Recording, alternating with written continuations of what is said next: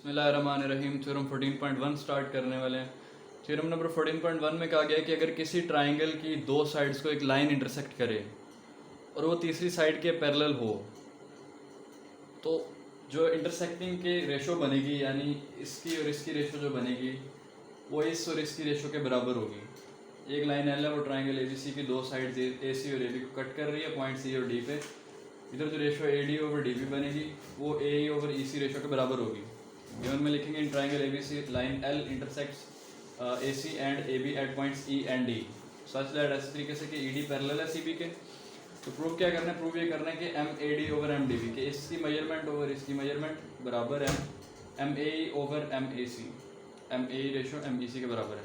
Construction में थोड़ा सा काम करेंगे। कंस्ट्रक्शन में ये करेंगे कि बी को ई से मिलाएंगे और सी को डी से मिलाएंगे।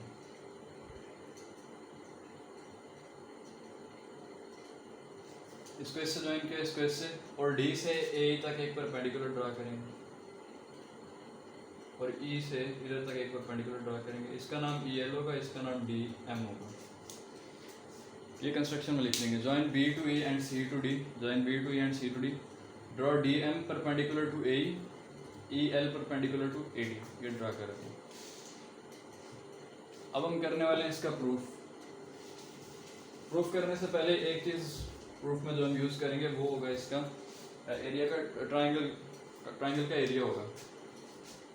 ट्राइंगल का एरिया क्या चीज़ होती है? लाइक ये एक ट्राइंगल है, ट्राइंगल के एरिया का formula 1/2 into base into height. इसमें बेस इसको कहते हैं, ये जो नीचे बनी हुई है ये बेस है, ये सारी इसको भी बेस कंसीडर कर सकते हैं, इसको भी, लेकिन चूंकि ये अभी नीचे थी तो इसको बेस कंसीडर कर लिया।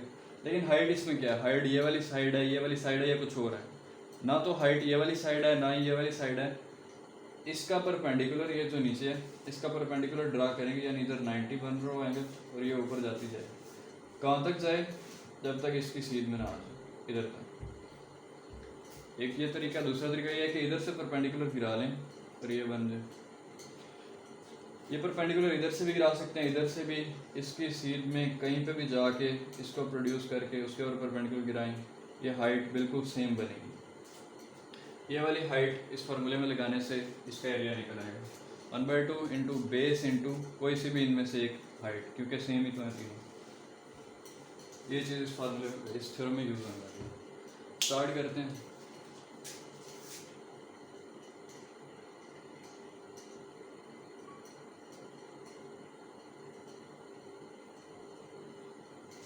प्रूफ में एक तरफ स्टेटमेंट्स लिखते हैं, दूसरी तरफ रीजंस। हर एक स्टेटमेंट के लिए रीजन देना ज़रूरी होती है।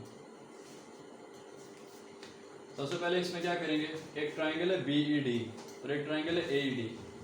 इन दोनों के बारे में बात करेंगे कि इन दोनों का परपेंडिकुलर यानी इनकी हाइट क्या है। ए ई डी, अगर इसको बेस कंसीडर करें तो फार्मूले में लिखेंगे 1/2 इंटू बेस की जगह पे ए डी लिख देंगे। हाइट क्या होगी इसकी?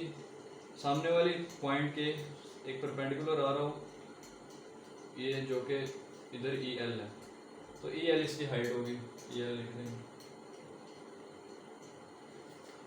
ये एरिया की बात की ट्राइंगल ए डी के। अब बात करते हैं ट्राइंगल बी ई डी की। इसकी शेप ऐसे है। अगर इसको बेस कंसीडर करें तो इसका फार्मूला बनेगा 1/2 इंटू बेस की जगह पे ये बी डी ई, इस तरह से। तो बेस की जगह पे लिखेंगे बी डी, बेस की जगह बी डी लिखेंगे। और हाइट इसकी क्या बनेगी? ये थोड़ा इस तरह से। हाइट इसकी क्या बनेगी? ये बेस है तो ये दो पॉइंट्स तो कवर हो गए, तीसरा पॉइंट बचा ये, उससे बेस तक का परपेंडिकुलर ऐसे बनेगा, ऐसे। इसको प्रोड्यूस करके इधर बन रहा है और ये तो फिर से ई एल ही बन रहा है, यानी इधर ई एल लिखेंगे। अब जब ट्राइंगल ए डी की बात की उसमें परपेंडिकुलर क्या था? ई एल था। ट्राइंगल बी डी की बात की उसमें परपेंडिकुलर क्या था? ई एल था, यानी दोनों में कॉमन परपेंडिकुलर है। पहली बात तो यही लिख देंगे, in triangle A E D triangle B E D EL is the common perpendicular कि ई एल कॉमन परपेंडिकुलर है इन दोनों ट्राइंगल्स में। इन दोनों ट्राइंगल्स में अगर ई एल कॉमन परपेंडिकुलर है तो इन दोनों का एरिया निकालेंगे। Therefore triangle A E D के एरिया की बात करते हैं। ट्राइंगल ए ई डी का एरिया मैं यहाँ पे लिख चुका हूँ 1/2 into A D into E L.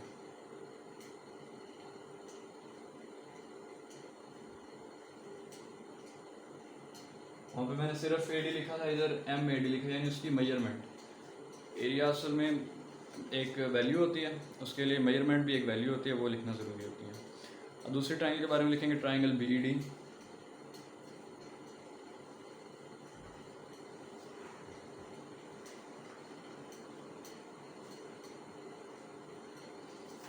इसकी बेस बी डी बनी थी, ये लिख चुका हूँ मैं ऑलरेडी।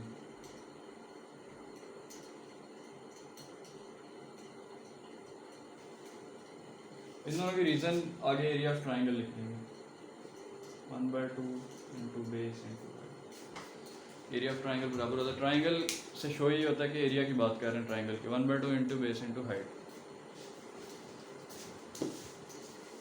अभी हमने बात की थी इस ट्राइंगल और इस ट्राइंगल की। अगर इस ट्राइंगल और इस ट्राइंगल की बात करें, यानी पहले ए ई डी की बात की थी, अभी ए डी ई की बात करें और ई डी सी की, तो इसका परपेंडिकुलर डी एम बनेगा और इसका परपेंडिकुलर भी डी एम ही बनेगा, क्योंकि ये इसके पैरेलल है और शेप बिल्कुल सेम बन रही है। जिस तरह इसको प्रूव किया कि इसका परपेंडिकुलर ई एल है, इसका परपेंडिकुलर डी एम बनता है, ऊपर वाली का भी डी एम बनता है। अच्छा, पहला काम ये करेंगे कि इसको 1 कंसिडर करेंगे, इसको 2 कंसिडर करेंगे, इन दोनों को डिवाइड कर देंगे।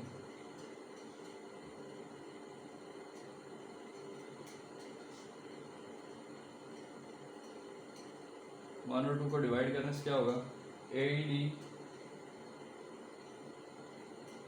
ओवर बी ई डी, ये बना M A D over M B D. तो बाकी की दोनों वैल्यूज किधर गई, इसको डिवाइड किया, डिवाइडिंग 1 और 2, क्या बना 1/2 से कट गया, ऊपर नीचे आया तो कट गया, ई एल से कट गया, A D over B D बच गया। अब सेम इसी तरीके से लिखेंगे सिमिलरली। इसमें बात की थी ट्राइंगल ए डी की, अब बात करेंगे ट्राइंगल ए डी ई की।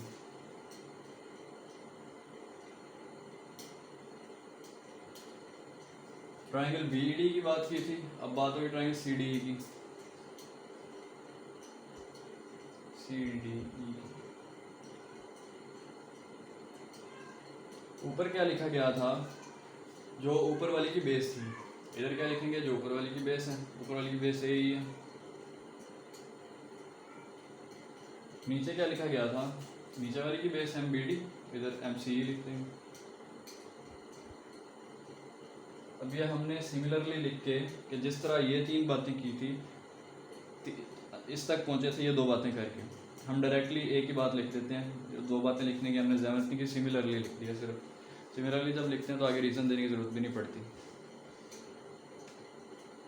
अब जब ये 2 रेशोज़ हम बना चुके हैं, अब हम क्या करेंगे, इन 2 ट्राइंगल्स की बात करेंगे। आपको इससे पहले एक चीज़ बता दूं कि अगर 2 ट्राइंगल्स सेम बेस पे हों, ये एक ट्राइंगल है, इसी तरह एक और ट्राइंगल है, ये दोनों की बेस एक ही है, यानी ना इसका कोना आगे निकला हुआ है, बिल्कुल कोने दोनों के मैच कर रहे हैं, नीचे वाले बेसिस सेम है। जो 2 कोने बेसिस बना रहे हैं वो एक एक जगह पे आएगा, और जो हाइट्स हैं उनको ज्वाइन करने से जो लाइन बन रही है वो पैरेलल है इसके, तो यानी कि ये फासला और ये फासला बराबर है, मतलब हाइट्स बराबर हैं, दोनों की हाइट्स भी बराबर हैं और बेसिस भी सेम है। तो एरिया ऑफ ट्राइंगल क्या होता है, 1/2 इंटू बेस इंटू हाइट। जब इस ट्राइंगल के लिए ये फार्मूला लगाएंगे तो जो आंसर आएगा दूसरी ट्राइंगल के लगाएंगे सेम आएगा, क्योंकि बेस एक ही है, इसकी भी बेस अगली भी एक ही है, हाइट इसकी भी सेम है, उसकी भी सेम है, तो ये दोनों ट्राइंगल आपस में बन गई कॉन्ग्रेंट। मतलब पता चला कि जब 2 ट्राइंगल्स की सेम बेस हो और उनकी जो दूसरे कोने होते हैं उनको ज्वाइन करने से जो लाइन बने वो पैरेलल हो बेस के, तो दोनों ट्राइंगल्स आपस में कॉन्ग्रेंट बन जाते हैं। अब सेम ये चीज़ होने वाली है इधर, ये एक ट्राइंगल है सी डी ई और एक ट्राइंगल है BED, इन दोनों की बेस सेम ही है, ये बेस सेम है, और इन दोनों की कोनों को ज्वाइन करने से जो लाइन बन रही है, यानी हाइट्स को ज्वाइन करके जो लाइन बन रही है वो पैरेलल है इसके। यानी अगर इसकी बात करें, ये लाइन, इधर से इसकी बात करें, ये लाइन और ये लाइन आपस में पैरेलल बन रही है, मतलब ये दोनों ट्राइंगल्स आपस में कॉन्ग्रुएंट है। जिस तरह पहले होता है बेसिस सेम हो और हाइट्स को ज्वाइन करने वाली लाइन पैरेलल हो बेस के, तो वो दोनों ट्राइंगल्स आपस में कॉन्ग्रुएंट होती हैं।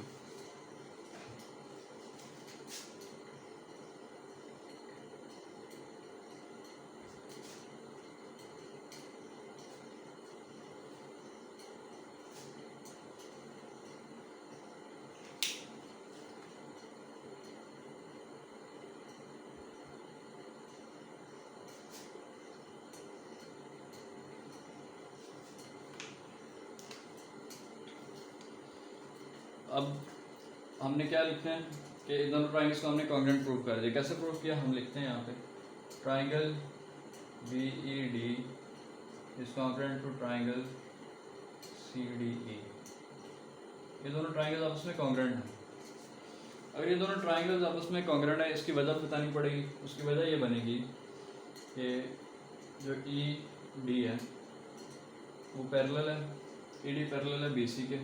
एक तो ये यानी हाइट्स को ज्वाइन करने वाली लाइन और बेस पैरेलल है। ये बात कहाँ पे हुई थी, ये गिवन में हुई थी, ये बताना जरूरी होता है।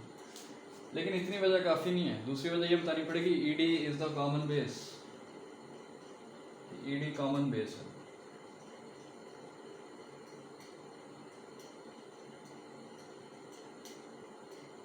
ED कॉमन बेस है और बेस के पैरेलल है उनकी दोनों हाइट्स, दोनों की हाइट्स पैरेलल है मतलब सेम हो गई। फिर सेम हो गई तो दोनों ट्राइंगल्स कॉन्ग्रुएंट हो गई।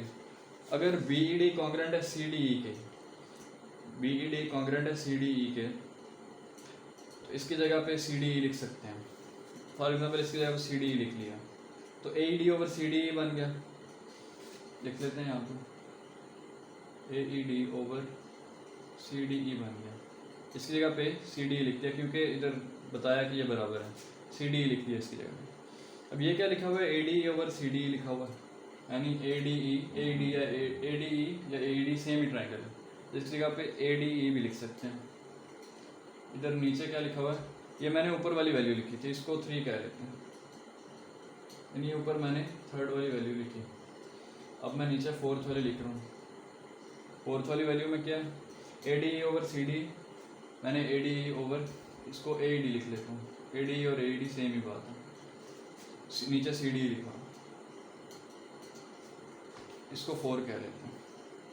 ये मैंने फोर्थ वाली वैल्यू लिखी। अब देखें तो थर्ड और फोर्थ वैल्यू में कुछ फ़र्क ही नहीं है। AD ओवर CDE लिखा हुआ है, AD ओवर CDE लिखा हुआ है, बिल्कुल सेम है। यानी अगर इनकी लेफ्ट हैंड साइड सेम हो सकती है तो इनकी राइट हैंड साइड भी सेम हो सकती है। मैं राइट हैंड साइड को यहाँ पे सेम लिख दूँगा, MAD over MBD is equal to MAE over MCE।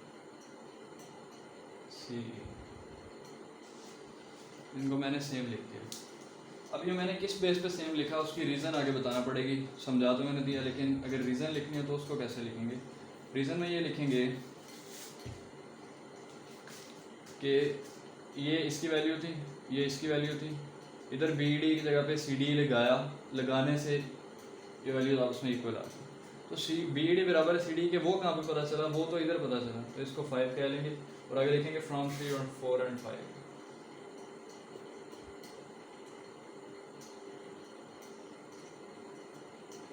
ये 3, 4 और 5 से ये बात पता चली।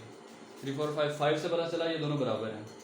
3 और 4 में से किसी एक में या तो BD जगह पे CDE लिख देंगे या CDE की जगह पे BD लिख देंगे। उससे क्या होगा, लेफ्ट हैंड साइड दोनों की बराबर आ जाएगी। लेफ्ट हैंड साइड बराबर आएगी तो राइट हैंड साइड बराबर आ जाएंगी, राइट हैंड साइड बराबर आएंगी तो उनको बराबर लिख देंगे। ये बराबर लिख दिया उनको। अब इनको इस फॉर्म में लिखा हुआ है, हमने क्या प्रूव करना था, इनकी रेशोज़। तो इसको रेशो के फॉर्म में कन्वर्ट करते हुए कोई टाइम नहीं लगता, इसको रेशो में कन्वर्ट कर देंगे। रेशो में क्या होता है, ऊपर वाली वैल्यू लेफ्ट साइड पे लिखते हैं, नीचे वाली राइट पे लिखते हैं। इधर भी ऊपर वाली लेफ्ट पे लिखेंगे, नीचे वाली राइट साइड पे लिख देंगे।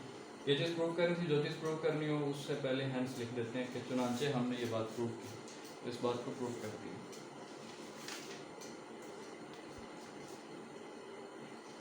ये रहा थ्योरम नंबर 14.1। इसका एक दफ़ा ओवरव्यू करते हैं। एक ट्राइंगल थी, उसको एक लाइन ने कट किया ई और डी पे, और ये पैरेलल है इसके। प्रूव ये करना है कि ये A D over D B या A D ratio D B बराबर है ए रेशो ई सी के, ए रेशो सी या ई सी। ये चीज़ हमने लिखी। इसको कैसे प्रूव किया? इसको इससे ज्वाइन किया, इसको इससे, इसको इधर परपेंडिकुलर गिराया, इधर परपेंडिकुलर गिराया। इन दोनों ट्राइंगल्स की ए सी ए ई डी और बी ई डी, इन दोनों ट्राइंगल्स की परपेंडिकुलर सेम थे, यानी हाइट सेम थी। हाइट ये सेम बन गई। जब हाइट इनकी सेम बन गई तो इन दोनों का जो एरिया है वो लिखा हमने, एरिया को डिवाइड किया तो ये रेशो बनी। सेम इसी तरीके से इन दोनों ट्राइंगल्स में रेशो निकाली, ये बराबर बनी। फिर इन दोनों ट्राइंगल्स को हमने कॉन्ग्रुएंट प्रूव किया। कैसे कि बेस सेम है और बेस और हाइट इनकी आपस में पैरेलल है। पैरेलल और ट्राइंगल्स कॉन्ग्रुएंट है, ये रूल है, कॉन्ग्रुएंट होती है उस तरह से। कॉन्ग्रुएंट प्रूव किया। इनमें से किसी एक में बी ई डी की जगह पे या तो सी डी पुट किया या सी डी की जगह पे बी डी पुट किया। ये दोनों इक्वेशन आपस में इक्वल आ गई।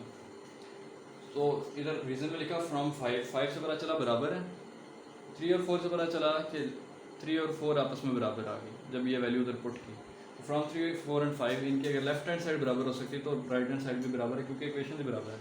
या रेशो की फॉर्म में लिखा तो ये थ्योरम प्रूव हो गया। ये थ्योरम 14.1